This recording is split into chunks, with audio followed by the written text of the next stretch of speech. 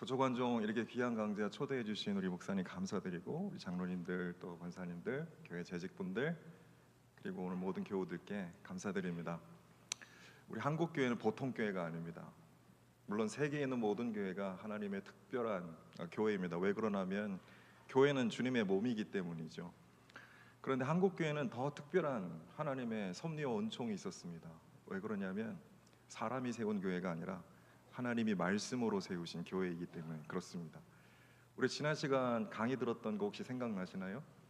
선교사님들이 들어와서 복음을 전하기도 전에 먼저 신앙을 받아들인 자들이 말씀을 한국어로 우리말로 번역하고 그 말씀을 보급하고 전파하면서 신앙 공동체를 세우고, 그 신앙 공동체 말씀의 터전 위에 세워진 교회가 한국 교회라 그랬죠. 선교사가 들어오기 전에 먼저 교회가 세워졌다라는 것들은 세계 선교 역사 속에 그 유래를 찾아보기가 어려운 특별한 은총인 줄로 믿습니다. 그것을 가리켜서 우리가 성경 기독교, 자생적 교회 이렇게 말한다 그랬죠. 선교사님들도 그런 한국 교회를 너무나 잘 알고 있어서 이 교회를 섬겨 나갈 때 자신들이 주인 되는 교회가 되기를 원치 않았습니다.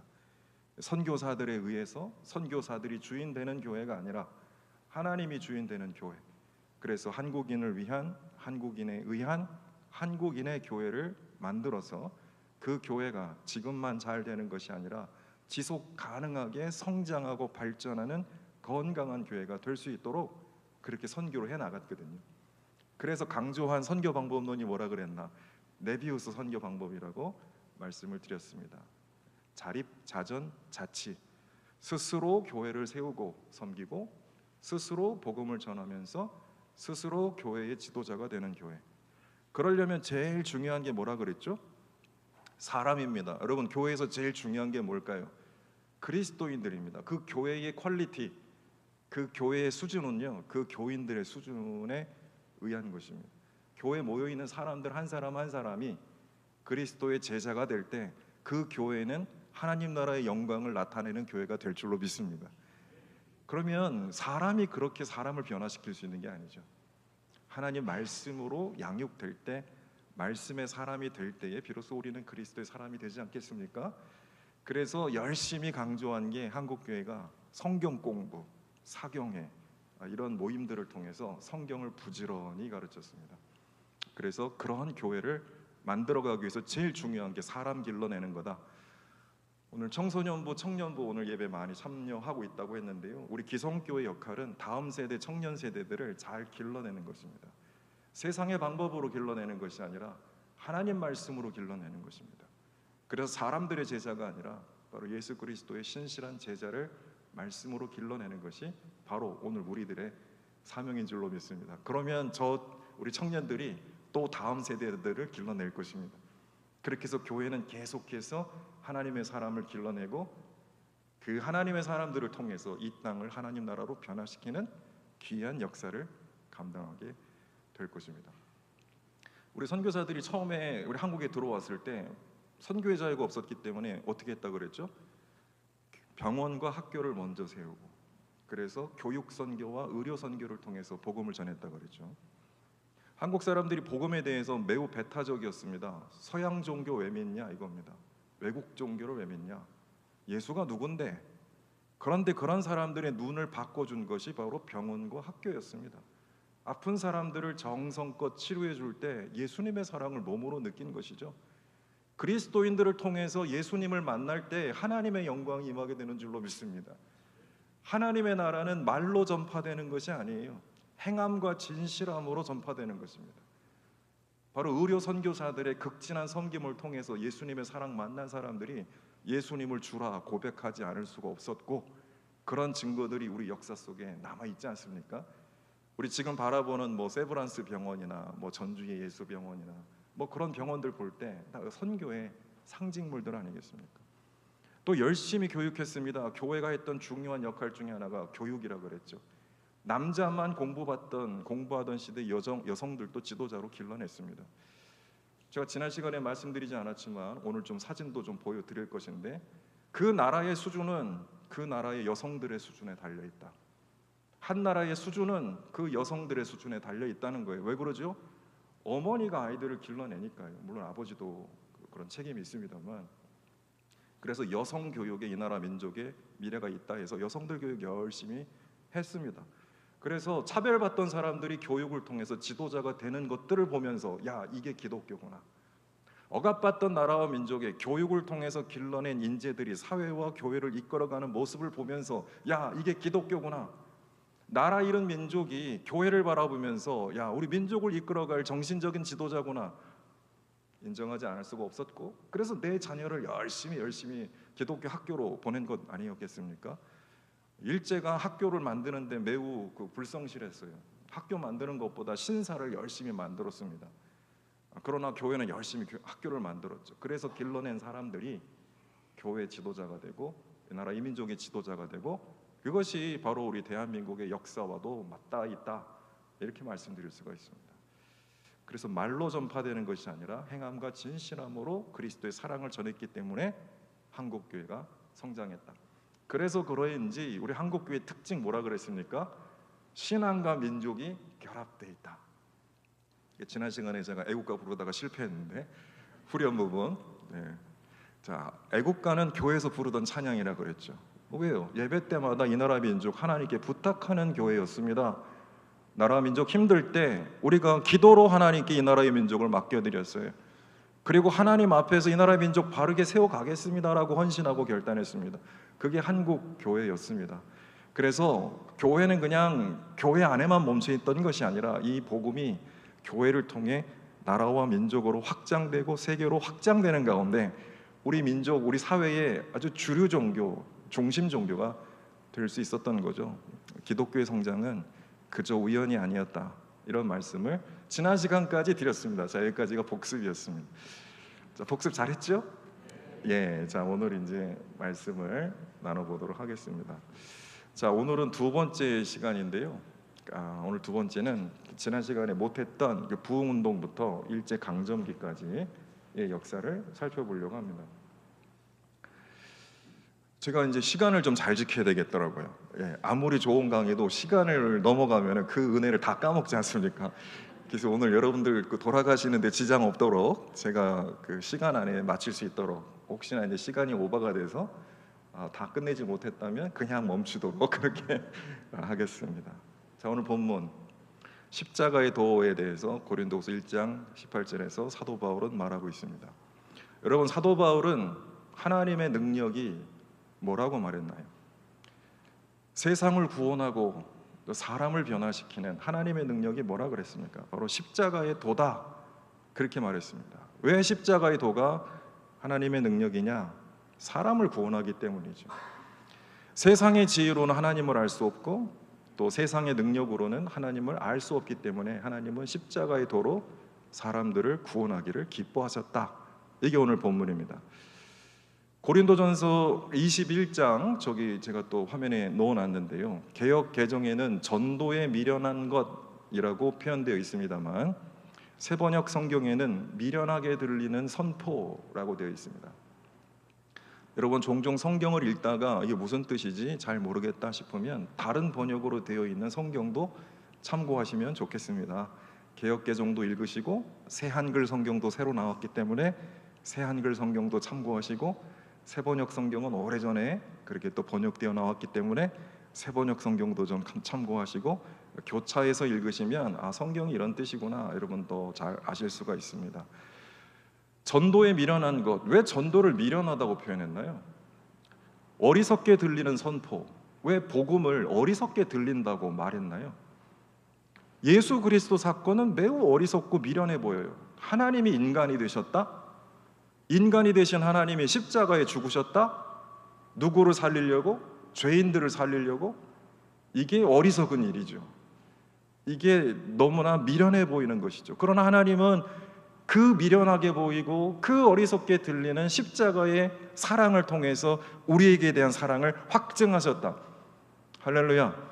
하나님은 말로만 사랑한다 하시는 분이 아니에요. 독생자 아들을 우리에게 보내셔서 그분의 죽음을 통해 내가 너희를 이만큼 사랑한다를 확증해 보이신 분입니다. 우리 하나님 말로만 사랑하는 분이 아닙니다. 십자가에서 자기 몸을 내어 주심으로써, 자기가 죽고 우리를 살림으로써 우리를 사랑을 하셨다라는 것을 보이신 분입니다.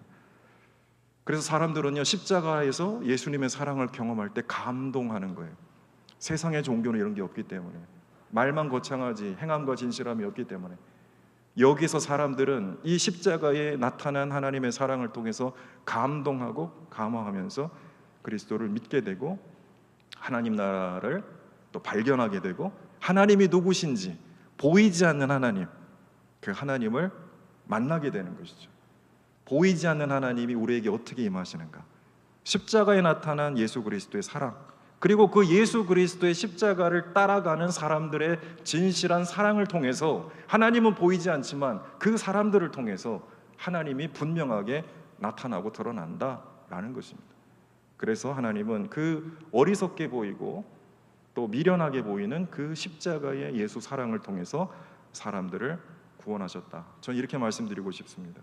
예수님을 통해서만, 십자가의 사랑과 은혜를 통해서만 우리는 하나님을 온전히 알게 됩니다. 아우구스티누스가 그런 말을 했어요. 하나님의 사랑은 바로 이웃 사랑을 통해서 분명히 드러나고, 하나님 사랑, 이웃 사랑이 빠진 성경은 아무것도 모르는 것이다. 성경 말씀의 핵심은요, 하나님이 우리를 사랑하셨다라는 것, 그래서 그렇게 이웃을 사랑한다라는 것, 그것이 기독교 신앙의 핵심이라고 말했고, 사람들은 그 사랑을 통해서 하나님이 누군지를 분명하게 알게 된다. 여기 우리가 많이 예수를 믿고 있습니다. 우리가 하나님 믿고 있습니다. 여러분, 우리가 예수님 믿고 하나님 믿는 동기가 뭡니까? 은혜에 감사해서, 나 같은 죄인 사랑하시고 구원해 주신 하나님 은혜에 감사해서, 사랑이 우리 신앙의 동기 아니겠습니까? 예수님께 사랑받고 하나님께 은혜 받았기 때문에 우리가 예수 믿는 것이죠. 바로 사도 바울의 십자가의 도가 하나님의 능력이다, 하나님의 지혜다, 이것이 세상을 구원하고 사람을 변화시키는 하나님의 능력이다, 이렇게 말한 이유가 있습니다. 그래서 십자가가 교회에 세워져 있는 것입니다. 교회가 십자가 위에 서 있으면 하나님의 지혜와 영광을 드러내게 됩니다. 교회는 십자가 위에 서 있어야 합니다. 그러나 교회가 십자가를 버리고 세상의 것들을 취하고 세상의 지혜와 능력을 쫓는다면 겉으로는 화려하게 보일지 모르나 교회는 복음의 능력을 상실하고 신앙으로부터 탈선하게 된다. 이런 것들이 바로 한국교회 역사 속에서 우리가 명심해야 할 중요한 역사의 교훈입니다. 십자가 붙들면 교회가 복음의 능력으로 성장하고 세상을 구원하지만, 세상의 권력과 세상의 지혜를 쫓아가면 십자가 놓치고, 십자가 놓치면 복음의 능력을 잃어버리고 세상에서 교회가 퇴락한다, 쇠락한다, 이런 것이 역사의 교훈이다라는 말씀입니다. 오늘은 이제 대부흥운동을 좀 살펴보겠습니다. 1907년에 평양에 대부흥운동이 일어났는데, 대부흥운동을 가리켜서 한국교회 오순절 사건이다, 성령 임재를 통해서 교회가 변화가 되고 하나님의 능력을 나타낸 사건, 이렇게 말하죠. 보통 대부흥운동으로 교회가 숫자적으로 부흥했다, 그렇게 말을 합니다마는 부흥운동의 실체는 숫자적으로도 부흥한 것도 사실이지만 교인들이 내적으로 거듭났다, 완전히 새롭게 됐다, 한 사람 한 사람의 그리스도인들이 진실한 그리스도의 사람들로 변화가 됐다, 이런 말씀이고요. 또 놀라운 사건은 하나님을 만났을 때 어떤 변화가 일어나냐면 우리의 죄가 드러나요. 성경은 거울과 같은 것이라서 하나님 말씀을 받고 성령이 임재할 때 내가 모르던 죄가 드러나게 되는 것입니다. 그런데 이 성령은 그 죄를 드러나게 할 뿐만 아니라 그 죄를 회개하고 고백하게 하십니다. 근데 거기서 끝나는 것이 아니라 이 죄를 씻으시고 치유해 주신다. 이게 대부흥운동을 통해서 한국교회가 경험한 놀라운 구원의 능력이에요. 죄를 드러내고 그 죄를 씻기고 새롭게 하신 은혜를 받았습니다. 갈라져서 싸우던 교회가 죄의 고백을 통해서 온전히 화해되는 역사가 부흥운동을 통해서 우리 한국교회가 경험하게 된 은총이었습니다. 자, 대부흥운동의 부흥을 보시면, 대부흥운동은 선교사들이 한국교회 부흥을 간절히 기다리고 기도하는 가운데 일어났습니다. 선교사들은 부흥운동을 왜 기대했는가? 이분들이 대학 졸업하고요, 부흥운동을 미국에서 경험한 사람들, 부흥운동에서 성령의 임재를 경험을 하고, 내가 하나님을 위해서 일해야 되겠다, 이런 도전을 받고 한국 교회에 나온 사람들. 그래서 동일하게 한국 교회에도 이런 부흥이 임하기를 바랬어요. 또 두 번째는요, 선교사들이 자신만만하게 한국에 들어왔지만 선교가 쉬운 게 아니에요. 열심히 해도 잘 안 됩니다. 전도를 열심히 했는데 사람들이 변하지 않아요. 그랬을 때의 좌절감, 실망감, 또는 나는 열심히 복음을 전했는데 다른 목적으로 교회에 오는 사람들, 다른 목적으로 교회에 오는 사람들은 뭐죠? 교회 가면은 밥 주니까, 교회 가면은 공부시켜 주니까, 교회 가면은 내 신분이 상승하니까, 교회 가면 선교사들이 이 다른 사람들로부터 내 생명과 재산을 보호해 주니까, 막 그런 이유들 때문에 교회에 찾아온 사람들. 그러니까 선교사들이 절망감을 느꼈어요. 아, 예수 때문에 예수 믿어야 되는데 이 다른 목적으로 교회를 다닌다면 그런 교회가 오래 갈 수 있을까? 그런데 어떻게 하면 교인들을 변화시킬 수 있을까? 우리는 못한다. 하나님만 하실 수 있다. 이러한 바램. 또 하나의 문제는요, 대부흥운동이 언제 일어나냐면 1903년, 4년, 1905년, 7년 이 여간인데요. 그때는 어떤 시기냐면 우리 대한제국이 이제 청일전쟁, 로일전쟁을 거치면서 이제 일제의 국권을 빼앗겨가는 과정, 나라가 망해가는 과정 속에 대부흥운동이 일어난다. 나라가 망하는 그런 철저한 절망감, 위기의식, 이 속에 도대체 뭘 믿고 살아야 되지? 라는 불안감이 엄습을 했습니다. 그랬을 때의 선교사들은 이 불안한 사람들, 절망하는 사람들을 다독일 능력이 없었어요. 그래서 성령께서 이 사람들 마음을 만져주셔야만 소망이 있을 거다라고 해서 간절히 부흥운동을 기대했던 것입니다. 그러던 가운데 원산의 부흥운동으로부터 부흥운동이 시작이 된 겁니다. 많은 분들은 1907년 평양 대부흥운동만 알고 계시는데 사실 평양 대부흥운동은 1903년 원산 대부흥운동으로부터 시작한 부흥운동이다라는 것입니다. 원산 부흥운동은 이 사진에 있는 하디라는 토론토 대학 의과대학 출신의 의사, 선교사입니다. 우리 강원도에서 선교를 했거든요. 얼마나 엘리트 의식이 그냥 뿜뿜했겠습니까? 의사인데요, 뭐 그냥 캐나다에서도 떵떵거리고 잘 살 수 있는 사람인데 복음에 감동돼서 선교사로 왔거든요. 자기가 선교하면 모든 게 다 잘 될 줄 알았어요. 근데 와보니까 잘 안 되거든요. 근데 왜 안 될까? 왜 안 될까? 왜 안 될까? 생각하다가 하나님이 그의 마음을 꽉 찌르셨어요. 왜 네 힘과 내 능력을 의지하냐? 그러면서 뭐라고 하디가 고백하느냐? 힘으로 능으로 되지 아니하고 오직 성령의 능력으로만 된다라는 사실을 깨닫게 하셨어요. 그동안 내가 백인이니까 한국 사람들 무시하고, 내가 교육 잘 받았으니까 못 배운 사람들 무시하고, 내가 편안한 환경에서 왔으니까 가난하게 사는 사람들 좀 하대하면서 그냥 도와주는 식으로 선교하면 되겠지. 그게 철저히 무너진 거예요. 안 되더라는 거예요. 성령이 그의 그 교만, 그의 그런 자신만만함을 무너뜨리셨어요. 성령으로만 된다. 이거를 그가 기도회 때 고백한 거예요. 울면서 고백한 거예요. 수많은 선교사들이 그 함께 울면서 그 회개의 역사가 일어나게 됐고, 그 선교사들의 기도회로부터 출발한 부흥운동이 한국교회로 확산되면서 이 회개의 역사들이 일어나면서 교회가 달라지기 시작했어요. 저는 이렇게 말씀드리고 싶습니다. 하나님 만난 증거가 뭡니까? 내가 말씀 속에서 성령을 받았다라고 하는 사람들의 증거는 뭡니까? 이 성령께서 내 마음을 두들기신다는 거예요. 그래서 회개의 역사가 나타나요. 그러니까 성령의 임재를 경험한 사람들의 특징이 뭐냐? 주님 앞에서 회개하더라 이겁니다. 그전에는 남을 질시하고 미워하던 사람들이 성령의 임재를 경험하게 되면 내가 죄인이구나라는 사실을 깨닫게 됩니다. 그게 성령 받은 사람들의 첫 번째 특징이에요. 두 번째 특징은 뭔지 아십니까? 다른 사람들을 사랑하게 된다 이거예요. 처음에는 나만 위하고 나만 사랑하고 다른 사람들을 미워하고 정죄하던 사람들이 성령의 임재를 통해서 변화가 되면은 다른 사람을 사랑하고 섬기는 사람으로 변화가 된다.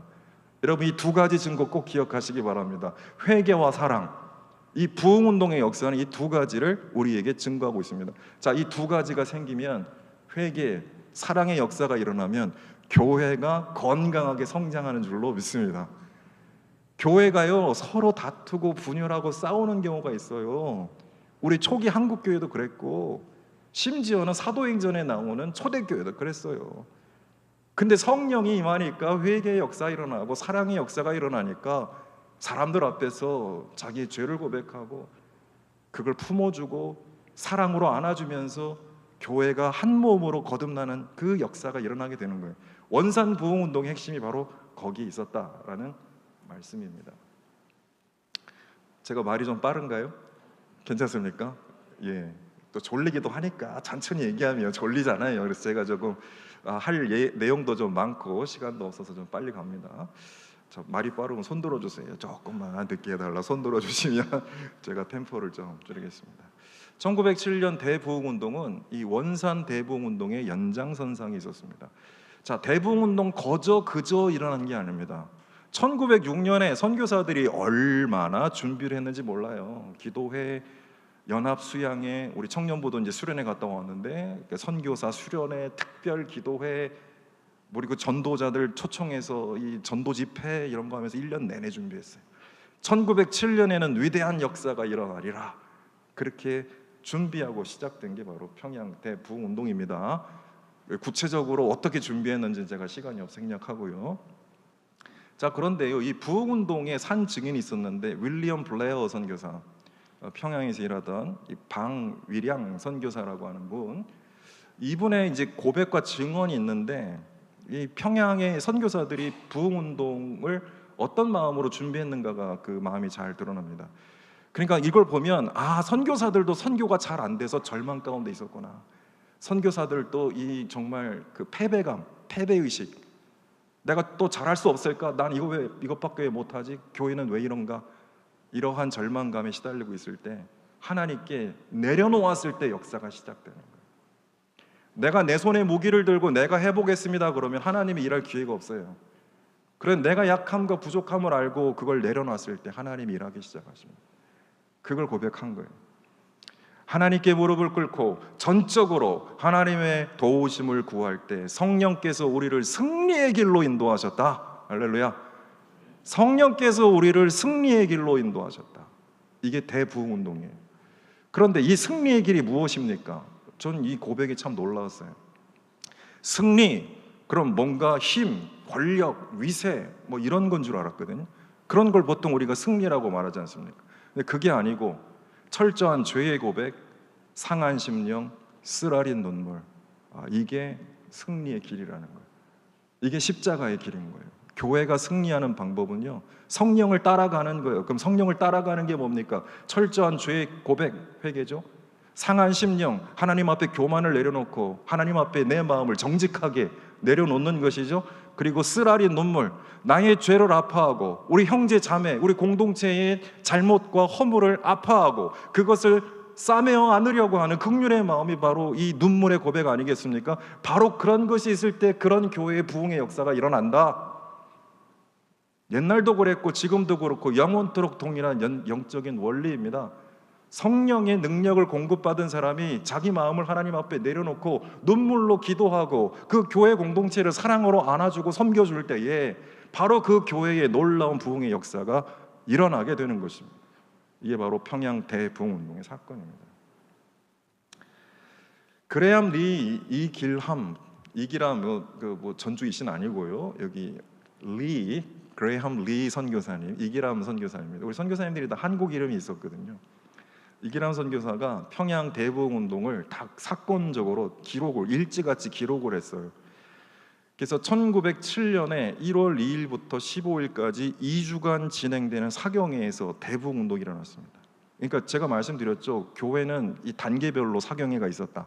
일주일짜리 사경회, 온 교회가 하는 사경회 매년 절기마다 있었습니다. 그리고 15일 동안 진행되는 사경회, 주일학교 교사를 하든지 교회의 직분자가 될 사람들은 15일 동안 집중적으로 성경을 공부하는 사경회가 있었어요. 바로 평양 대부흥운동이 15일 이 사경회 기간에 일어난 겁니다.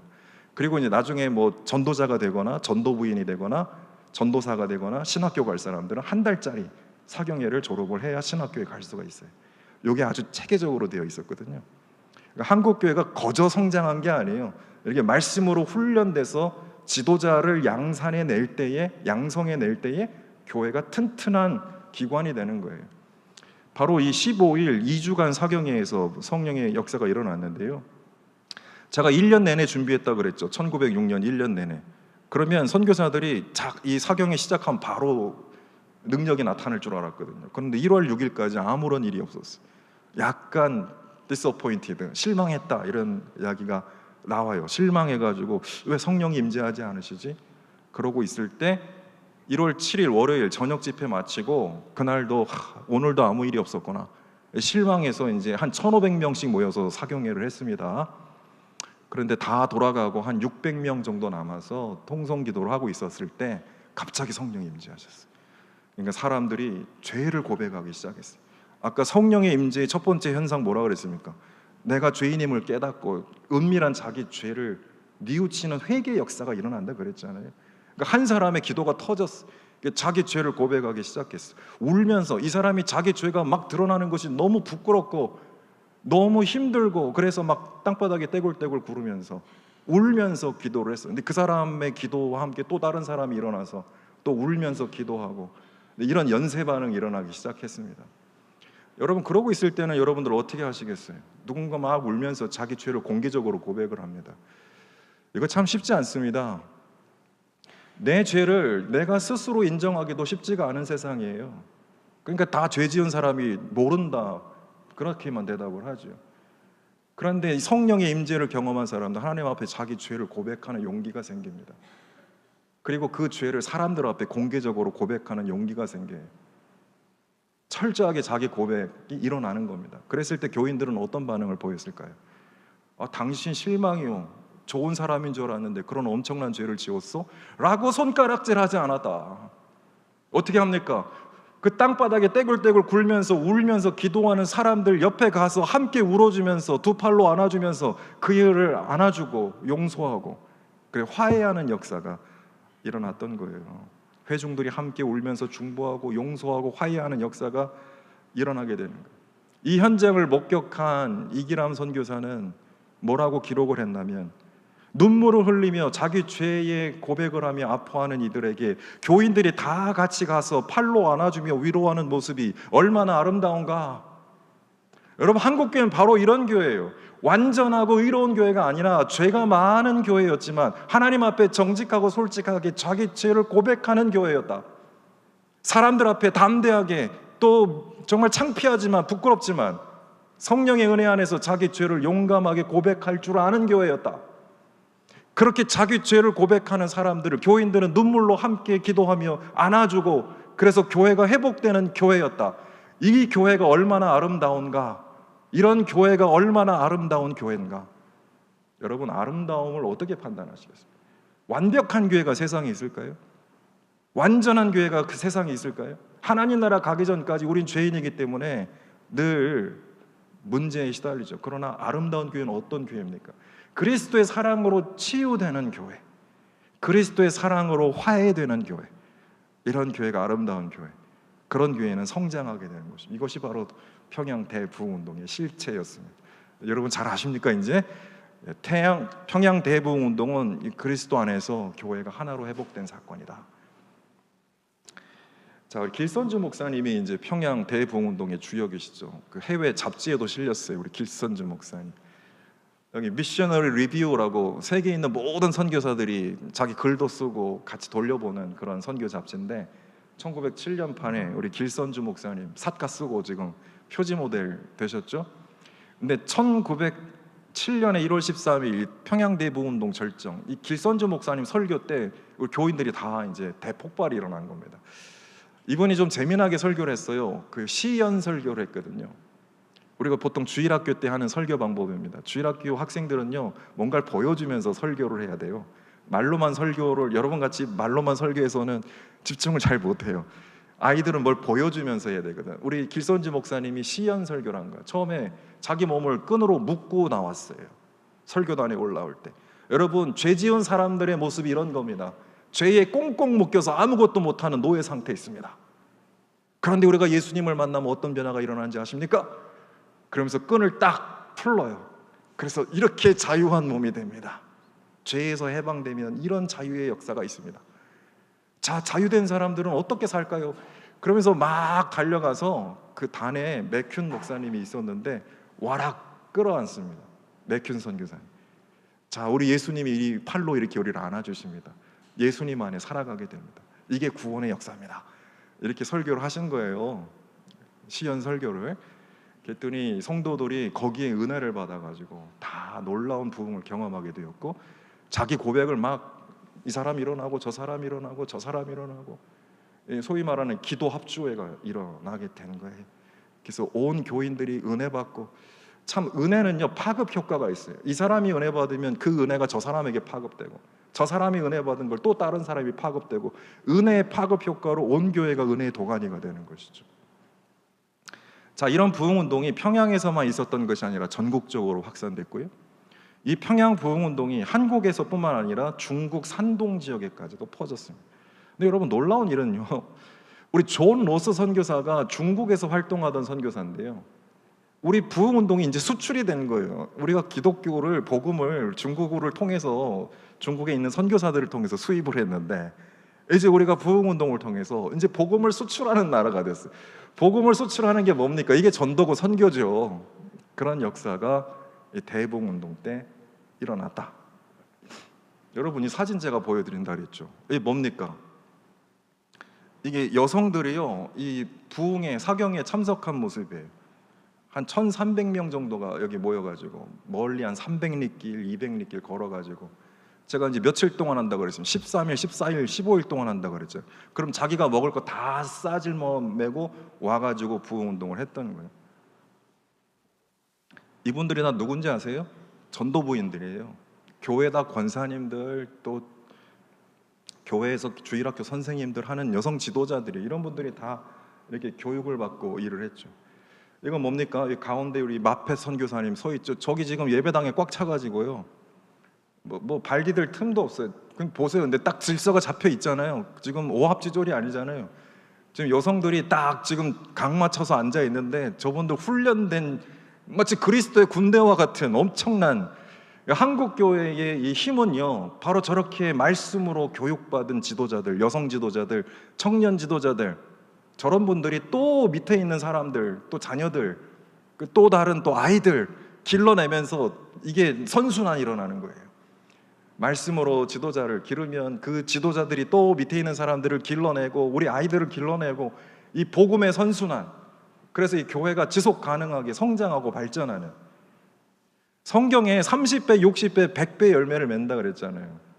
이게 뭐 주식 투자하듯이 뭘 하나 심었는데 뭐 100배로 뻥튀기 됐다, 그런 얘기가 아니고요, 이 복음의 씨앗을 심으면 그 사람들을 통해서 파급되고 확산돼서, 그 사람들이 길러낸 사람들을 통해서 30배, 60배, 100배 열매를 맺어가는 것입니다. 자, 그런 내용들을 한번 보실 수 있습니다. 대부흥운동의 직접적인 결과가 무엇입니까? 우리 장로교의 조직이 형성되는 겁니다. 우리 장로교 중에 제일 중요한 조직이 바로 노회입니다. 노회가 왜 중요하냐면, 목사를 임직하고 장로를 임직하여 세우는 역할을 노회가 감당하기 때문에 그렇습니다. 대한예수교 장로회 했을 때 그 장로회가 노회라는 뜻입니다. 장로교 정치의 핵심은 노회에 있습니다. 노회가 지역교회를 포괄하고, 그래서 총회를 이루는 것입니다. 노회가 우리 장로교 제도의 핵심인데요, 선교사들이요, 부흥운동을 통해서 한국교회를 다시 보게 됐어요. 예전에는 좀 한 자락 깔고 봤어요. 그러나 이 부흥운동을 통해서 선교사들이 한국 교인들의 이 위대한 신앙에 감탄 감복을 했어요. 아까 이기람 선교사 뭐라 그랬습니까? 너무나도 아름다웠다, 이렇게 찬양을 하잖아요. 그래서 이제 뭘 결심하냐면, 이 한국교회는 이제 스스로 가는 교회가 될 수밖에 없다, 더 이상 늦출 수가 없다. 그래서 노회를 성립하게 되었고, 1907년에 바로 이렇게 동노회, 그때 처음 이름은 대한국 예수교 장로회, 왜냐하면 그때까지만 해도 대한제국이 있었기 때문에 대한국 예수교 장로회, 이렇게 이름을 지었습니다. 여기 가운데에 있는 사람들이 우리 목사 한수, 장로회 신학교 1회 졸업생들, 거기 뭐 이름 보시면 방기창, 서경조, 양전백 뒷줄에 있는 분들, 그 다음에 한석진, 이기풍, 길선주, 송인서 목사님, 이렇게 7분이 최초의 그 신학교 1회 졸업생이고, 이분들이 노회에서 목사로 안수를 받은 분들입니다. 어떻게 보이세요? 뭐 벌써 자신감에 딱 차 있지 않습니까? 일당 100할 사람들로 딱 보이지 않으세요? 일당 1000할 사람들로 딱 보이지 않으세요? 저는 다시 한번 강조합니다. 교회의 능력은 사람에게 있어요. 복음으로, 말씀으로 길러진 사람들이 교회의 힘이에요. 저런 사람들이 길러질 때 교회는 당당하게 역사를 감당할 수가 있습니다. 1912년에 총회가 조지게 됩니다. 그래서 이제 총회 시대로 들어가게 되는 거죠. 근데 이때 이미 대한제국이 무너지고 일제히 강제 병합이 됐기 때문에 아까 대한국 예수교 장로회라고 했지만 조선 예수교 장로회로 이름을 지을 수밖에 없었고, 여기 보면은 여기가 어디냐, 숭실학교에, 여기 숭실학교에서 총회를 열었는데요. 선교사들도 이 총회 그 임원 회원으로 참여를 했지만 항상 선교사들의 원칙은 선교사들은 소수를 유지하고 한국인들이 다수를 유지해서 한국인들이 이 총회를 이끌어가고 선교사들은 옆에서 돕는 역할을 한다. 항상 이런 파트너십을 유지를 했어요. 이게 한국교회를 건강하게 만든 이유예요. 만약에 선교사들이 처음부터 끝까지 다 했으면 나중에 일제에 의해서 선교사들 다 쫓겨났을 때 한국교회는 망했을 거예요. 그런데 한국 교인들 지도자들을 계속 길러왔기 때문에 선교사들 쫓겨나가도 한국교회는 아무 문제 없었거든요. 그러니까 우리가 이렇게 사람을 기르는 게 얼마나 중요한지, 내가 떠나도 계속 이어지고 더 잘 될 수 있도록 하는 게 진짜 리더십이에요. 좋은 리더십은 내 이후에 올 사람을 더 훌륭하게 세워나가는 거, 이게 정말 중요한 리더십이에요. 우리 선교사들은 제가 볼 때 그런 해안, 그런 지혜, 그런 노력이 있었습니다. 그랬기 때문에 시대가 가도 계속 교회가 성장할 수 있었던 그런 이유를 보게 됩니다. 일제강점기 일제가 한국교회를 엄청나게 탄압을 했죠. 특히 일제는 한국 조선 병합을 한 다음에 무단 통치를 하면서 조선인을 강제적으로 일본인화시키는 동화 정책을 폈습니다. 말로는 근대화를 얘기를 했거든요. 우리가 조선을 근대화시키려고 식민지배를 한다. 그런데 그렇게 되면 더 잘 살게 해주고 더 자유를 증진시켜주고 그래야 되잖아요. 그러나 철저하게 차별하면서 조선인들의 자유와 인권을 억압하면서 자신들의 야욕, 이 자기들의 사이즈를 키우는 제국주의를 확장하는 이런 데 조선인들을 활용하고 동원시키는 그런 데만 관심이 있었지, 조선인들을 위해서 하는 정책은 말로는 그랬지만 실제로는 그러지 못했다. 조선인의 인권과 자유를 억압했다. 그 중에서 가장 크게 피해를 본 게 바로 신앙과 종교예요. 여러분, 그 나라가 자유의 국가냐 아니냐를 판단하는 기준이 신앙의 자유가 있냐 없냐를 보시면 됩니다. 미국도 헌법을 만들면서 제일 먼저, 미국은 자유의 나라니까 제일 먼저 중요하게 여긴 게 바로 종교의 자유였어요. 종교의 자유가 모든 자유의 근원이에요. 신앙과 정신의 자유가 없는 나라는 자유가 있는 나라가 아닙니다. 근데 일본의 제국 헌법을 보면 종교의 자유 조항이 있지만 단서가 있어요. 단서가 뭐냐면 안녕 질서를 방해하지 않고 의무에 어긋나지 않는 한에서 종교의 자유가 있다. 그러니까 천황의 말 잘 듣는다는 전제하에서 너네들의 종교를 인정해 줄 거야, 이런 겁니다. 그러니까 진정한 의미의 종교의 자유가 있었다고 보기가 어렵죠.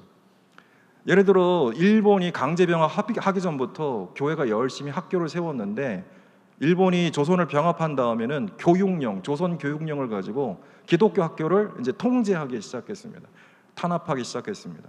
대표적인 게 1915년에 사립학교 규칙을 만들었는데, 사립학교 규칙은 뭐냐면 미션 스쿨을 일본이 통제하겠다는 거예요. 일본이 시키는 대로 가르치라, 이런 겁니다. 그럼 결정적인 게 뭐냐면 교과목 있잖아요, 커리큘럼, 이런 거를 정부가 짜준 대로만 가르쳐라 이거예요. 일본이 짜준 대로만 교과목을 가르쳐라. 그럼 예를 들어 성경 과목 못 가르친다, 채풀 예배 못 드린다, 정규 교과에 없으니까 가르치면 안 된다, 가르치면은 그 학교 문 닫게 하겠다, 이런 거예요. 그러니까 뭐 난리가 난 거죠. 그럼 차라리 문 닫을래, 이런 학교도 나왔고, 다행히 이제 3.1운동 때 일본이 깜짝 놀라서 이 한 발 물러섰지만 이렇게 강력하게 통제를 했다라는 말. 그리고 1915년에 또 포교 규칙을 이게 또 황당한 법입니다. 포교 규칙이 뭐냐면 이제 목사님을 세울 때 일본 총독 허락을 받아야 돼요. 우리가 이런 목사님을 모시려 그럽니다. 그러면 허락받고 모셔야 돼요. 지금은 목회자를 청빙할 때 누구 허락받습니까? 공동의회에서 결정을 하고 노회가 청빙을 하는 방식으로 우리가 목사님 모셔오는데, 이 당시에는 조선 총독의 허락을 받아야 되는 거예요. 그리고 주일날 무슨 설교했나 다 적어서 보고를 해야 되는 거예요. 이게 포교 규칙이에요. 이게 뭡니까 도대체? 그러니까 신앙의 자유가 있다고 볼 수가 없잖아요.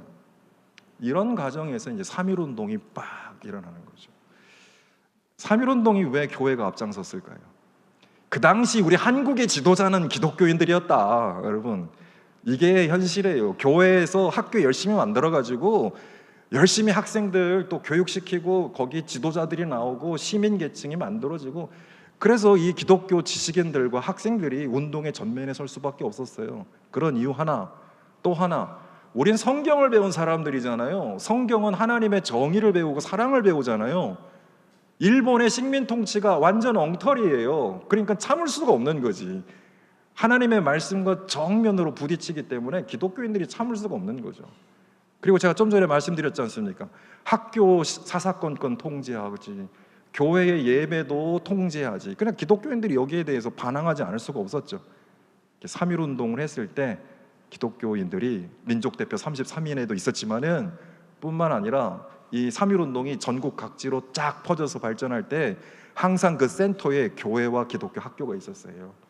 그래서 교회에서 태극기 인쇄하고 독립선언서 인쇄하고 또 우리 기독교 학교의 선생님들, 기독교 학교의 학생들, 이런 사람들이 이 군중들을 딱 이끌어가면서 3.1 운동을 일으켰고, 교회가 민족의 중심으로 쫙 뿌리를 내리게 되는 거죠. 3.1 운동 이후에 교회가 엄청나게 성장했다. 왜요? 우리 한국 사람들이 기독교의 진면목을 본 거예요. 이 교회는 민족을 위해서 고난받으면서 민족을 이끌어가는 종교구나. 여기에 이제 신뢰를 보내는 거죠. 교회가 사회의 신뢰를 얻으면 그 교회는 성장할 수밖에 없습니다. 그거 한번 명심해 보시면 좋겠습니다. 우리 안대선 선교사님도요, 우리 마포교회 설립에 기여하신 우리 안대선 선교사님도 당시 안동 지역에서 전도 활동하고 있었는데 3.1 운동 지나면서 안동 지역의 교회가 엄청나게 성장했다, 그 보고를 남기고 있습니다. 왜 그러냐? 이 체포된 사람들 중에 기독교인들이 많았는데 이 기독교인들은 좀 다르더라. 고문을 당하고 악형을 당하고, 다른 사람들은 막 힘들어하고 막 절망하고, 그런데 기독교인들은 믿음으로 이겨나가는 모습을 보고 기독교인들이 딱 그 지역에서 중심에 서서 이 운동을 딱 이끌어 나가는 모습을 보면서 불신자들이 기독교를 달리 보기 시작했다. 교회 실력인 거죠. 우리가 사람들을 복음으로 잘 길러내면 세상이 알아봅니다. 그래서 불신자들이 교회로 몰려들기 시작하면서 성장했다. 그러니까 일제가요, 교회를 집중적으로 탄압한 거예요. 3.1 운동이 교회로부터 시작됐다고 본 거예요. 그래서 교회를 집중적으로 탄압을 했고요. 당시 우리 민족 지도자, 기독교 지도자 중에 이상제, 월남 이상제 선생이라고 있는데, 일본 경찰이 끌려가서 3.1 운동의 배우가 누구냐? 라는 질문을 받았을 때 하나님이 지도자이시고 2천만 한국인이 배우다, 이렇게 일본 경찰에 말했다라는 얘기도 있습니다. 얼마나 멋있는 말이에요. 3.1 운동을 통해서 우리가 독립하지 못했어요, 그죠? 그러나 이제 임시정부가 세워졌습니다. 3.1 운동은 대한민국 임시정부를 만들어냈고요, 대한민국 임시정부가 대한민국의 법통을 이어가는 그런 국가가 되지 않았습니까? 그런데 이때에 많은 사람들이 패배감, 절망감에 빠져 있을 때 기독교인들은 희망을 포기하지 않았어요. 하나님을 바라보며 이 민족, 이 나라 하나님이 세워가실 거다. 그래서 우리가 민족을 위한 역사적 사명을 감당해야 된다, 이런 마음이 있었습니다. 이 사진에 남궁옥 선생님, 1921년에 삼천리반도 금수강산이라는 찬송을 만드신 분이죠. 이분 민족 지도자였어요. 3.1 운동 이후에 고향인 강원도 홍천 모곡리로 낙향하셔서 여기에서 민족의 내일을 기대하며 학교를 세워서 학생들을 가르치고 있었고, 이분 또 하신 일 중에 유명한 일이 무궁화, 우리나라 나라꽃 무궁화를 보고 파는 사업을 하셨죠. 우리는 죽지 않아. 여러분, 무궁화 꽃말이 뭔지 알아요? everlasting이요. 영원히 죽지 않는 꽃이에요, 무궁화가요. 이 무궁화가 이게 또 로즈 오브 샤론이에요. 샤론의 꽃이에요. 성경의 샤론의 꽃은 예수님이죠.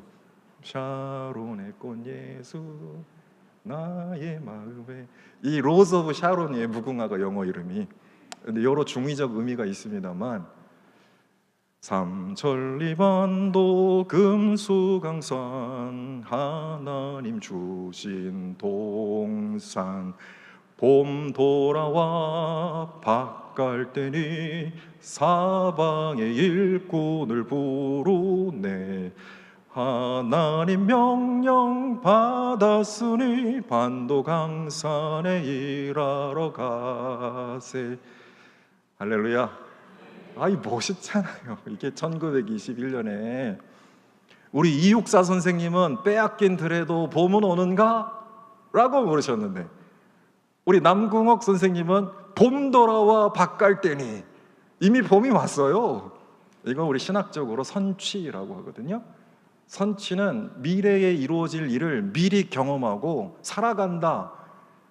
빼앗긴 들에도 봄은 오는가? 이것도 위대한 선언이지만, 봄 돌아와 밭갈대가 되었다. 사방에 하나님이 일꾼을 부르신다. 반도강산에 누가 일하러 갈 것이냐? 우리가 갑시다. 이런 찬양을 교회에서 부른 거예요. 여러분, 이게 우리 한국 교회입니다. 민족이 가장 힘들고 어려울 때 이 소망의 빛을 잃지 않고 민족을 이끌어준 교회가 우리 한국 교회. 우리가 이 전통을 절대로 잊어서는 안 될 겁니다. 장로교 농촌운동이요, 일제가 이게 어렵고 힘들게 할 때 우리가 역사적 사명을 감당한 중요한 그런 사회적 책임. 그러니까 교회는 예배드리고 전도하고 선교하고 사회봉사하는 일만 열심히 한 게 아니고, 우리 민족이 제일 힘들 때 우리 민족을 재건하는 사회적 책임, 이런 걸 감당을 했는데요, 여러 가지가 있지만 그 중에 하나, 농촌운동이 있었습니다. 우리 조만식 선생, 평양 산정현 교회 장로님이셨습니다. 우리 지구철 목사님 목회하시던 산정현 교회 장로님이셨는데요, 이 조만식 선생님 뭐라 그랬나? 빈궁과 암흑에서 헤매는 조선 농민 대중을 구원하고 하나님 나라를 이 농촌과 민족에 실현하는 것, 이것이 바로 우리 교회의 책임이요, 이것이 민족 재건의 핵심이다. 이렇게 말씀해요. 멋있는 지도자가 있었습니다, 우리한테는. 근데 이 조만식 선생님은 말로만 한 게 아니에요. 이분이 평양 숭실 전문에 기독교 농촌 연구회, 이런 모임을 만들어서 대학생들과 함께 농촌 봉사활동, 농촌 계몽운동, 농촌 선교활동, 이거 하는 운동을 시작하신 분이에요. 이 제자들이요, 소위 말해서 조만식 키즈들, 조만식 선생님이 길러낸 사람들이 장로교 농촌운동을 이끌어갔습니다. 우리 1928년에 총회에 농촌부가 만들어졌고요, 지금도 농촌부 있습니다만, 1933년에는 배민수 목사님이라고요, 이 배민수 목사가 농촌부 총무를 담당을 하면서 예수촌 운동, 한번 따라해 보겠습니다. 예수촌 운동. 이게 뭐 부동산 사업은 아니고요, 지저스 빌리지. 그러니까 농촌을 예수촌으로 만들어 간다 이겁니다. 왜? 조선 민중의 86%가 농민이니까 농촌이 살면 조선 민족 산다 이겁니다. 그러니까 교회가 마을의 딱 중심에 있어서 그 마을의 영적인 중심이 되고, 교회가 정신적으로, 경제적으로, 사회적으로, 문화적으로 그 지역 사회를 이끌어가면서 농촌을 개선하고 개량해 나가겠다. 예를 들어 교회가 학교를 세웁니다. 그리고 농업협동조합, 신용협동조합을 만듭니다. 그래서 힘없어서 가난한 농민들 그 이자 안 받고 돈 꿔주는 거예요. 그리고 농사법 개량, 또 부업, 이런 장려, 이런 것들 통해서 농가의 소득을 올리고요, 도박 음주가 심각했거든요. 이런 것들 싹 없애고 그런 사회운동 전개하고요. 자, 그렇게 건강한 농촌 공동체 만들어서 교회를 중심으로 하나님 나라를 이 세상에 실현해 나가는 운동, 이게 예수촌 운동. 이 해방 이후에 이 장로교 농촌 운동은, 여러분 가나안 농군학교라고 들어보셨습니까? 네, 이런 기독교 운동으로도 이어졌습니다. 당시 이 기독교 농촌 운동은 덴마크의 신학자이며 정치 지도자였던 니콜라이 그룬투비라는 위대한 그 신학자 겸 정치 지도자의 영향을 받았는데요, 이 그룬투비가 3의 사상, 하나님 사랑, 이웃 사랑, 농촌 사랑, 3의 사상. 자, 이렇게 사랑할 때 우리 민족이 회복된다. 그래서 이 완전히 망해가는 덴마크를 살린 사람이 그룬투비거든요. 여기에 자극을 받은 거예요, 우리 한국교회 지도자들이. 우리도 하나님 사랑, 이웃 사랑, 농촌 사랑, 민족 사랑. 그래서 교회가 농촌을 살리고, 농촌을 살려서 민족을 살리고 이 나라를 살리자, 이런 운동을 전개해 간 것이 바로 농촌 운동이었습니다. 여러분 잘 아시는 김용기 장로님, 또 이일선 목사님, 여운혁 선생님, 성서대학 세우신 강태공 목사님, 이런 분들이 다 그런 영향 하에 있었고요. 좀 목표와 방식은 좀 달랐지만은 1970년대 정부가 추진한 새마을 운동, 이것도 다 그 영향하에 있었다라고 볼 수가 있습니다. 교회는 이렇게 시대를 앞서갔어요. 그걸 좀 말씀드리고 싶습니다. 안대선 선교사님 궁금하죠? 지금 우리 안대선 또 기념 강자이기도 하니까 우리 마포교회하고는 또 뗄래야 뗄 수 없는 그런 중요한 분이기도 하죠. 이분 뭐 하셨습니까? 청년운동 하셨어요. 이분 정말 중요한 일 하셨습니다. 1917년에 이분이 한국 선교사로 들어오셔서 처음에 안동에서 전도 활동을 하셨는데 이분이 청년들에게 관심을 딱 가지신 거예요. 야, 이 한국 교회가 살려면 청년들 살려야 된다. 청년들 말씀으로 제대로 교육시켜서 교회의 초석을 삼고, 그래서 이 청년들 통해서 전도 활동뿐만 아니라 사회 활동 이런 것들을 펼쳐나가면서 우리 교회가 모판이 돼서 한국 사회와 세계를 살리는 하나님 나라 운동에 앞장서게 해야 된다. 그래서 청년 운동을 하셨습니다. 1922년에 서울로 이제 옮겨오신 거예요.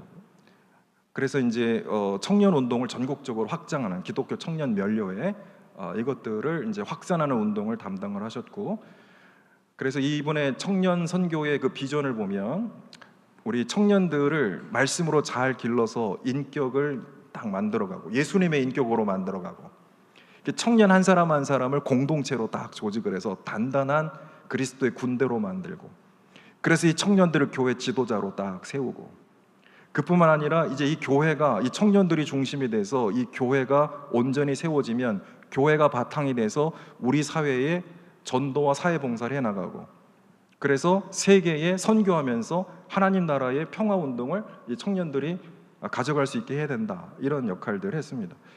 그래서 청년들이 청년 면료회 활동을 보면은 전도, 봉사 뭐 이뿐만 아니라 금주 금연운동 뭐 이런 활동, 선교 활동, 이걸 정말 열심히 하신 분이거든요. 저는요, 우리 한국교회가 우리 안대선 선교사의 정신을 회복해야 된다고 생각합니다. 지금 제일 필요한 선교의 영역이 어디냐? 다음 세대 청년 선교에 있다고 봅니다. 우리 한국교회가요, 다음 세대 청년들 세워놓지 못하면 미래가 없습니다.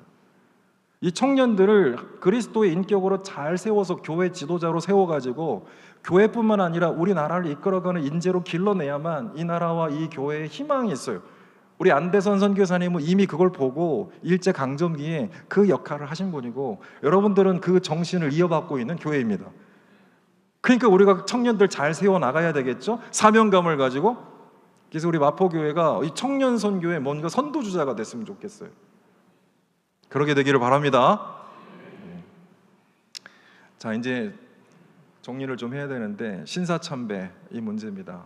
이건 남산에 조선신궁 이제 건립을 했는데 이제 사진만 좀 보여드릴게요. 지금은 남산공원으로 바뀌었습니다만 옛날에는 이 조선의 신궁 터였습니다, 저기가. 근데 여러분, 신사가 계급이 있어요. 신궁이 제일 높고요, 밑에 신사가 있고요, 밑에 신시가 있습니다. 그래서 일본은요, 일군 일신사 일면 일신시, 그러니까 신사는 큰 규모의 신사고 신시는 작은 규모의 신사입니다. 그래서 조선 전역에 1141개나 만들었어요. 학교보다 더 많이 세웠죠. 신궁은 뭐냐면 이 모든 것들을 다 관할하는, 전체를 아우르는 신궁이에요. 이게 남산 꼭대기에 있었어요. 저 계단도 만들어 놨어요. 지금도 계단은 좀 남아 있지 않습니까? 저기 올라가서 참배하고, 남산에서 서울 내려다보면서 조선을 영적으로 지배하겠다.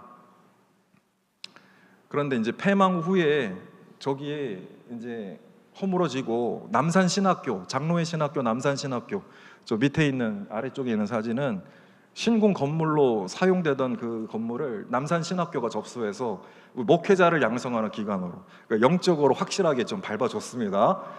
교회가 싹 좀 뿌리를 없애고 거기 이제 신학교로 딱 이제 정화를 시켰고, 신학교는 지금 이제 광장동으로 옮겨왔으니까요. 광장동 광나루에 신학교가 이제 설립이 됐고, 지금 자리에는 안중근 의사 기념관이 만들어져 있죠. 그만큼 영적으로 우리 한국 교회를 지배했던 게 일본이었다라고 말씀드릴 수가 있습니다.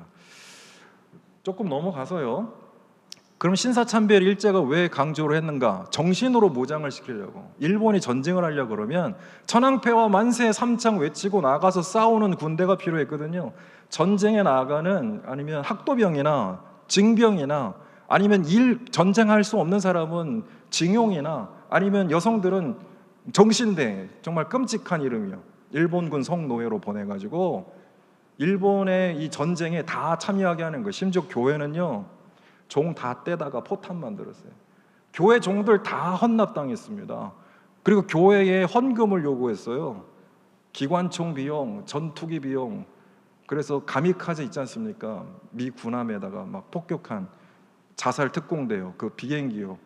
조선 장로호, 조선 감리호 이렇게 국방 헌금 뜯어가 가지고 전투기 만들어서 그렇게 우리가 수탈을 당했습니다. 그러려면은 정신무장해야 되잖아요. 그럼 너희들은 뼛속부터 일본인이다 이거를 각인시켜야 되잖아요. 그래서 요구한 게 바로 신사참배입니다. 그럼 교회들은 어떻게 반응했습니까? 이거 국민 의례니까 그냥 따라주고, 왜냐하면 이거 안 하면 학생들 다 공부 못 시키게 학교 폐교시키겠다고 했으니까요. 감리교, 천주교, 성공회는 오케이, 이거 신사참배 그냥 우상숭배 아니고 국민 의례, 국기에 대한 맹세 정도 우리가 인정하고 학교하자, 이래서 별 문제 없었어요. 그 교단은 물론 감리교인 중에 개인적으로 신사참배 반대한 분들이 있었고, 천주교 개인 중에 이 신사참배 우상숭배니까 안 한다 이런 사람도 있었지만은 교단 차원에서 문제없이 넘어갔단 말이에요. 근데 장로교는 여기에 대해서 끝까지 저항을 했습니다. 이거 우상숭배고 이거 우리가 받아들일 수가 없다. 우리가 학교를 못하는 상황에 벌어지더라도 우리는 하나님 외에 다른 신을 섬기면서 일본 천황을 신으로 섬기면서까지 우리 학생들을 길러낼 수 없다. 이걸 제일 강경하게 보여준 데가 미국 남장로의 선교부입니다. 그래서 스스로 학교 문을 다 닫아버렸어요. 너희들 신사참배하면 학교 문 닫는다. 근데 일본 경찰이 꼬셔가지고 선생님들 몇 사람 동원해서 신사참배를 학생들 보냈거든요. 그러니까 선교사 교장들이 학생들 신사로 갔을 때 학교 문 다 닫아버리고 바로 폐교시켜버렸습니다. 북장로회, 호주장로회는요 찬반이 좀 나뉘었어요. 북장로회, 호주장로회는 다수는 신사참배 반대예요. 학교 문 닫아야 됩니다. 근데 소수는 그래도 학생들 교육은 시켜야 되지 않습니까? 찬반 양론이 있었는데 결국엔 다 문을 닫게 되죠. 그러니까 장로교가 끝까지 여기에 저항한 그런 것이다. 그럼 한국교회는 어땠을까요? 한국교회는 1935년까지는 신사참배 이거 안 된다 이렇게 했습니다. 그러나 일본이 계속 압박하고 회유하니까 거의 대부분 넘어갔죠. 끝까지 굴복하지 않은 분들도 있었습니다. 그 대표가 바로 주기철 목사님, 그리고 산정현 교회. 멋있지 않습니까? 산정현 교회 재직 사진이에요. 1937년 1월 1일. 저런 사진을 보면은 웅장해집니다. 가슴이 좀 웅장해지는 게 느낍니까? 저분들이 한국교회 정신과 신앙을 지켜간 분들이에요. 우리 총회가 일제히 굴복을 당하고 그렇게 신사참배를 따랐을 때 우리 주기철 목사님은 1938년에 총회가 신사참배를 가결하거든요.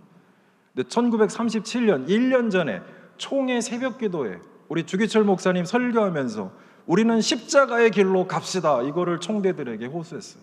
우리 죽더라도 예수님 따라서 십자가의 길로 갑시다. 그게 설교 제목이에요. 십자가의 길로 갑시다. 우리 예수님 가신 길이니까 우리도 따라가야 됩니다. 거긴 죽음의 길인 줄 아나 거기 생명의 길입니다. 거기에만 생명이 있습니다. 우리는 십자가의 길로 가야 됩니다. 1년 전에 그렇게 부르짖으셨건만 1937년에 우리 총회는 신사참배를 결의하게 된 것이죠. 참 부끄러운 일이었습니다. 그러나 신사참배를 끝까지 반대하고 여기에 저항한 분들도 있습니다. 제가 세 부분만 얘기를 하면, 첫 번째, 일본 제국의회, 그 다음에 조선총독부에 신사참배를 철회하라라고 요청하는 운동이 첫 번째가 있었습니다. 그러니까 일본의 요청해서 신사참배 철회해라, 신사참배 강요를 철회해라라고 요구하는 사람들이 있었어요. 대표적인 사람이 박관준 장로, 안희숙 선생 이런 분입니다. 이 박관준 장로님은요 일본 제국의회에 직접 찾아가 가지고요 그 방청객으로 들어가셔가지고 그 의회 석상에서 전단지를 확 뿌렸어요. 일본 회개하라 말이죠.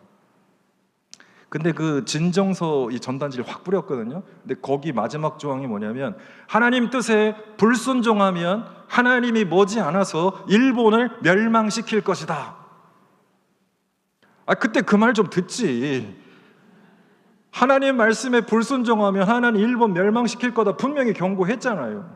근데 이분을 감옥에 가두었어요. 이분 평양 감옥에서 순교하십니다. 자, 그런 분도 있었고. 자, 두 번째 그룹은 어떤 그룹들이냐? 신사참배에 조직적으로 반대하신 분들. 주기철 목사님, 평양의 대표적인 우리 한국교회의 순교자 정신의 원점, 우리 한국교회의 무게중심, 우리 주기철 목사님, 그리고 우리 산정현 교회. 중심, 원점, 조직적으로 우리 한국교회가 끝까지 교회가 연대하고 단합해서 신사참배 끝까지 반대합시다. 이분들 쫙 전국에 퍼져 있었어요. 평북의 이기선 목사님, 경남의 한상동 목사님, 여자분이 최덕지 전도사님, 만주의 한부선 선교사님, 이런 분들이 똘똘 뭉쳐서 우리 한국교회가 신사참배 막아냅시다, 거부합시다, 죽더라도, 이런 분들이 소수가 있었습니다. 이분들 다 감옥에 갇혔고 우리 주기철 목사님 평양 감옥에서 순교하셨죠. 세 번째 그룹은요, 개인적 차원에서, 조직적이진 않지만 개인적 차원에서 신사참배 반대한 분들이 있어요. 대표적으로 우리 여수의 손양원 목사님, 목포의 우리 이기풍 목사님, 박연세 목사님, 전주의 배은희 목사님, 이런 분들은 조직적으로 무슨 거부 운동하진 않았지만 나는 끝까지 신사참배 못하겠소, 그걸 끝까지 저항하시고, 이분들 다 감옥에 가셨습니다. 이분 이제 해방 후에 이제 추록을 하시거든요. 자, 그런 그룹들이 있었다. 그런데 시간 관계상 좀 넘어가겠습니다. 우리 한상동 목사와 우리 주기철 목사님은 차이가 있어요. 주기철 목사님은 한국교회가 단합해서 신사참배를 하면 안 된다 이렇게 말씀하셨고, 교회를 정화시켜야 된다 이렇게 말씀하셨지만, 교회 자체를 부정하거나 이 교회를 무시하고 새로운 교회 만들자 이렇게 말씀하시진 않았습니다. 우리 교회는 하나님의 몸이니까 지금 죄를 짓고 타락했더라도 하나님이 이 교회 회복시키실 것이고 우린 끊임없이 회개 운동을 일으켜 가야 된다, 이게 주기철 목사님의 신조였어요. 근데 나중에 해방 이후에 고신파를 만들었던 우리 한상동 목사님은 신사참배하는 교회 출석하지 말고, 헌금 내지 말고, 예배 가지 말고, 가정 예배 드리고, 새로운 교회 만들고, 노예를 와해시키고 새로운 노예 만들고, 교회를 처음부터 다시 시작해, 이렇게 주장을 하셨어요. 좀 더 급진적이고 좀 과격했죠. 이런 차이는 좀 있다, 이걸 여러분 기억하시면 좋겠다라는 거예요. 두 사진 제가 비교해 봤습니다. 왼쪽에는 신사참배하고 일본의 신궁까지 가서 2세 신궁이라고요, 일본에서 가장 서열이 높은 신궁이 2세 신궁이거든요.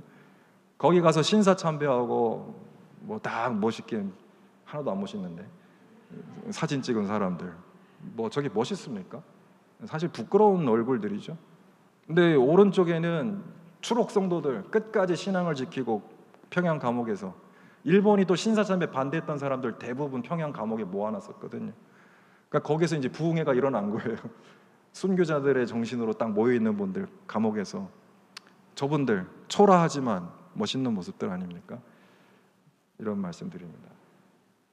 자, 우리 안창호 선생님 뭐라고 얘기했나? 1937년에 그리스도인의 갈 길이라는 제목으로 설교하셨습니다. 이분 뭐라 그랬나? 신약 성경의 전권의 골자가 사랑이다. 마태복음에서부터 계시록 끝까지 신약 성경 전권의 골자가 사랑이다. 하나님의 뜻대로 행하는 것이 나라와 민족을 살리는 길이다. 이게 한국 교회가 갈 길이다. 그럼 하나님의 뜻대로 행하는 것이 뭐냐? 하나님의 사랑을 실천하는 거예요. 누구에게? 우리 민족에게, 이웃에게. 그럴 때 교회가 우리 민족 회복에 중요한 역할을 하게 될 거다. 우리 안창호 선생님 그 다음 해에 돌아가셨는데, 돌아가시 직전에 이런 설교를 하셨습니다. 이제 정리하겠습니다. 오늘 십자가의 도 한국교회, 이렇게 제가 말씀을 전했습니다. 우리 한국교회가 성장한 것 이유가 어디 있다고 보십니까? 우리가 하나님의 지혜와 하나님의 능력으로 일했기 때문입니다. 우리가 힘과 권세를 자랑하면서 선교한 게 아니에요. 우리가 십자가의 길로 가면서 예수님 사랑을 온전히 증거하는 십자가의 길로 갔기 때문에 하나님의 지혜와 능력으로, 그리스도의 사랑으로 우리 한국사에 뿌리 내리고 교회가 성장한 줄로 믿습니다. 복음 안에 나타난 그리스도의 사랑만이 우리가 지켜가야 할 하나님의 의이고 세상을 구원하는 하나님의 능력입니다. 그런데 교회는 언제 복음의 궤도에서 이탈하나요? 우리가 신사참배에 동참한 한국교회 지도자들도 보았습니다만, 언제 교회가 복음의 이 궤도로부터 이탈하나요? 십자가의 도로부터 멀어질 때, 세상의 권력과 물질에 사로잡혀서, 혹은 세속 권력이 무서워서 하나님의 말씀을 놓치고 하나님 나라의 비전을 잃어버릴 때, 복음의 궤도로부터 교회는 이탈하게 됩니다. 십자가의 도를 놓칠 때 교회는 힘을 잃어버리게 됩니다. 교회가 십자가의 도에서 멀어져서 복음의 생명을 잃어버릴 때, 그걸 누가 제일 먼저, 누가 제일 잘 알까요? 교회의 생명력이 빠져나갔다, 십자가의 도를 잃어서 교회의 복음의 능력이 없어졌다는 걸 누가 제일 먼저 알까요? 세상이 압니다. 세상은 정말 기가 막히게 압니다. 그래서 교회를 비난하고 교회 등을 돌립니다. 교회가 십자가의 길로 가잖아요. 그러면 세상이 교회에 따라옵니다. 3.1운동 이후에 교회가 성장했다 그랬잖아요. 세상은 우리 말 보지 않아요. 우리 삶을 보죠. 교회가 십자가의 길로 가냐, 복음의 진리 안에 있냐 없냐, 이것들을 판단하고 십자가의 길로 가는 교회, 생명력 있는 교회, 불신자들이 따라올 거예요. 그러나 그러지 못한다면 등을 돌리고 말 겁니다. 또 누가 먼저 알까요? 복음의 길을 이탈했을 때 우리 자녀들과 청년들이 압니다. 우리 자녀들과 청년들이 기가 막히게 압니다. 그래서 복음의 길로부터 멀어진 교회로부터 우리 청년들과 자녀들도 멀어지게 될 거예요.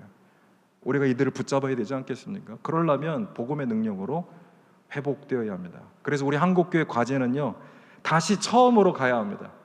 우리 한국교회 첫 시작, 말씀, 하나님 말씀, 복음, 예수님의 사랑, 십자가의 도로 가서 바로 그리스도의 은혜와 사랑을 우리가 회복하는 그 감격으로, 부흥운동의 시간으로 다시 돌아가야 될 줄로 믿습니다. 십자가에 나타난 하나님의 지혜와 능력으로 다시 한번 한국교회가 거듭나야 될 줄로 믿습니다. 우리 손양원 목사님 말씀으로 이제 이야기를 마치겠습니다. 우리 손양원 목사님, 제가 장로회 신학대학교 손양원 목사님 석좌 교수입니다. 우리 손양원 목사님의 정신을 가장 잘 이어가야 될 사람인데요, 손양원 목사님은 해방 이후에 우리 한국 사회가 좌우 대립으로 분열하고 있을 때, 그리고 한국 교회가 교권 다툼으로 싸우고 찢겨지고 나눠지고 있을 때 이런 말씀하셨습니다. 우리 대한교회의 진정한 생사 문제가 회개운동 여부에 달려있다. 우리 대한교회가 죽고자 사냐라고 하는 그 여부가 회개운동 여부에 있다. 교회가 살아야 우리나라가 살죠. 그러면서 뭐라고 말씀드렸냐면, 그리스도의 사랑으로 그리스도와 연합하고, 그래서 모든 사람의 사상을 사로잡아 그리스도께 복종시키는 교회로 살아가야 한다. 교회가 먼저 회개하고, 교회가 그리스도의 사랑 안에서 연합하고, 그리고 세상을 향해서 모든 사상을 다 사로잡아 그리스도께 복종시킬 때, 이 나라의 민족 가운데 하나님 나라의 의를 이루어갈 때 하나님 나라가 우리 이 나라의 민족 가운데 이루어지게 될 줄로 믿습니다. 바로 그런 저와 여러분, 우리 마포교회 다 될 수 있기를 주의 이름으로 부탁합니다.